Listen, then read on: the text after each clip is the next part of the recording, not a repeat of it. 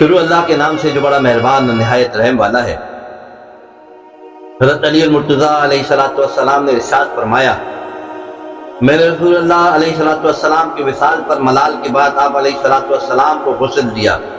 آپ علیہ السلام کے وجود مبارک پر کوئی آلائش نہ تھی، بلکہ آپ علیہ السلام کی جسم عطر سے ایک طیب و طاہر مہک نکل رہی تھی۔ اس طرح کی مہک ہم نے پہلے نہ پائی۔ الشفا۔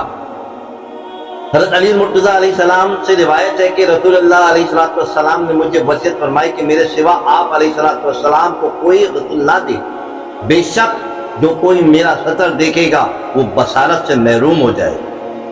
جواہر العقدین۔ وہاب بن منبع بیان فرماتے ہیں، میں نے انبیاء سابقین کے صدر کتب کا مطالعہ کیا، ان تمام کتب میں یہ بات موجود تھی، بے شک ہمارے نبی محمد علیہ السلام کی عقل اور رائے تمام لوگوں میں افضل و اعلیٰ ہے۔ کلیۃ الاولیاء۔ ابو محمد المکی سے روایت ہے کہ جب حضرت آدم علیہ السلام قرب خداوندی سے دور ہوئے تو یوں عرض کی، اے میرے اللہ، محمد علیہ السلام کے حق کا صدقہ میری لغزش کو معاف فرما۔ اللہ تعالیٰ نے حضرت آدم علیہ السلام سے پوچھا، یہ بات تمہیں کیسے معلوم ہوئی؟ حضرت آدم علیہ السلام نے عرض کی، میں نے جنت کے ہر مقام پر لکھا دیکھا ہے، لا الہ الا اللہ محمد رسول اللہ۔ اس سے میں نے جان لیا کہ محمد علیہ السلام تیری بارگاہ میں تمام مخلوق سے افضل و اعلیٰ ہے۔ اللہ تعالیٰ نے حضرت آدم علیہ السلام کی توبہ کو قبول فرمایا اور انہیں بخش دیا۔ اس بات کے قائل کے نزدیک اللہ تعالیٰ کی اس آیت، پھر آدم نے اپنے رب سے چند کلمات سیکھ لیے تو اللہ نے اس کی توبہ قبول کی۔ البقرہ کا یہی مطلب۔ دوسری روایت ہے کہ حضرت آدم علیہ السلام نے عرض کی کہ جب تو نے مجھے تخلیق کیا تو میں نے اپنے سر کو اٹھا کر عرش کی جانب نگاہ کی تو اس پر لکھا تھا، لا الہ الا اللہ محمد رسول۔ پس مجھے علم ہو گیا کہ تیرے نزدیک ہی وہ عظیم قدر والا ہو سکتا ہے جس کا نام تیرے نام کے ساتھ تحریر ہے۔ اللہ تعالیٰ نے آدم کی طرف وحی کی کہ مجھے اپنے عزت و بزرگی کی قسم، وہ آخری نبی علیہ السلام ہے جو تمہاری اولاد سے ہوگا، اگر اسے تخلیق کرنا مقصود نہ ہوتا تو میں تمہیں ہرگز پیدا نہ کرتا۔ الشفا۔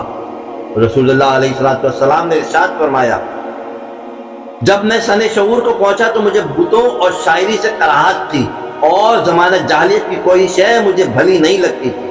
کعبہ مکرمہ کی بنا کے واقف قریش میں جب اس بات سے اختلاف ہوا کہ حجر اسود کو کون خانہ کعبہ کی دیوار پر رکھے تو اس بات سے اتفاق ہوا کہ کل جو سب سے پہلے کعبے میں داخل ہوگا وہ اس کا اہل ہوگا۔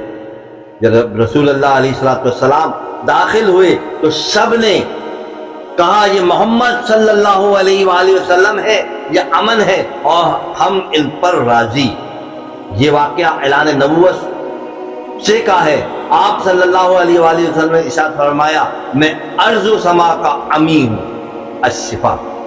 حضرت علی علیہ السلام سے روایت ہے کہ جب اللہ تعالیٰ نے ارادہ کیا کہ رسول اللہ صلی اللہ تعالیٰ علیہ وآلہ وسلم کو اذان کی تعلیم دے تو حضرت جبرائیل علیہ السلام آپ علیہ السلام کی بارگاہ میں سواری لے کر حاضر ہوئے، جس کو براق کہتے ہیں۔ جب آپ اس پر سوار ہونے لگے تو وہی شوخی کرنے لگا۔ جبرائیل علیہ السلام نے کہا، اے براق، سکون کر، تم پر کوئی سوار نہیں ہوا جو محمد صلی اللہ علیہ وآلہ وسلم سے زیادہ اللہ کی یہاں بزرگ و برتر ہو۔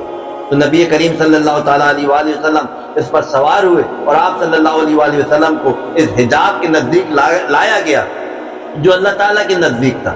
اسی اثناء میں فرشتہ حجاب سے نکلا تو رسول اللہ صلی اللہ تعالیٰ علیہ وآلہ وسلم نے پوچھا، اے جبرائیل، یہ کون فرشتہ ہے؟ جبرائیل علیہ السلام نے عرض کی، قسم ہے ذات کی جس نے آپ کو حق کے ساتھ مبعوث فرمایا، میں کل مخلوق سے اللہ تعالیٰ کے نزدیک اقرب ہوں، جب سے میں تخلیق ہوا ہوں اس فرشتوں کو میں نے نہیں دیکھا۔ فرشتے نے کہا، اللہ اکبر، اللہ اکبر۔ پس پردہ آواز آئی، میرے بندے نے سچ کہا، میں ہر فرشتے سے بڑا۔ پھر فرشتے نے کہا، اشہد ان لا الہ، اشہد ان لا الہ الا اللہ۔ پھر آواز آئی، میرے بندے نے سچ کہا، میں اللہ ہوں، نہیں کوئی اللہ مگر میں۔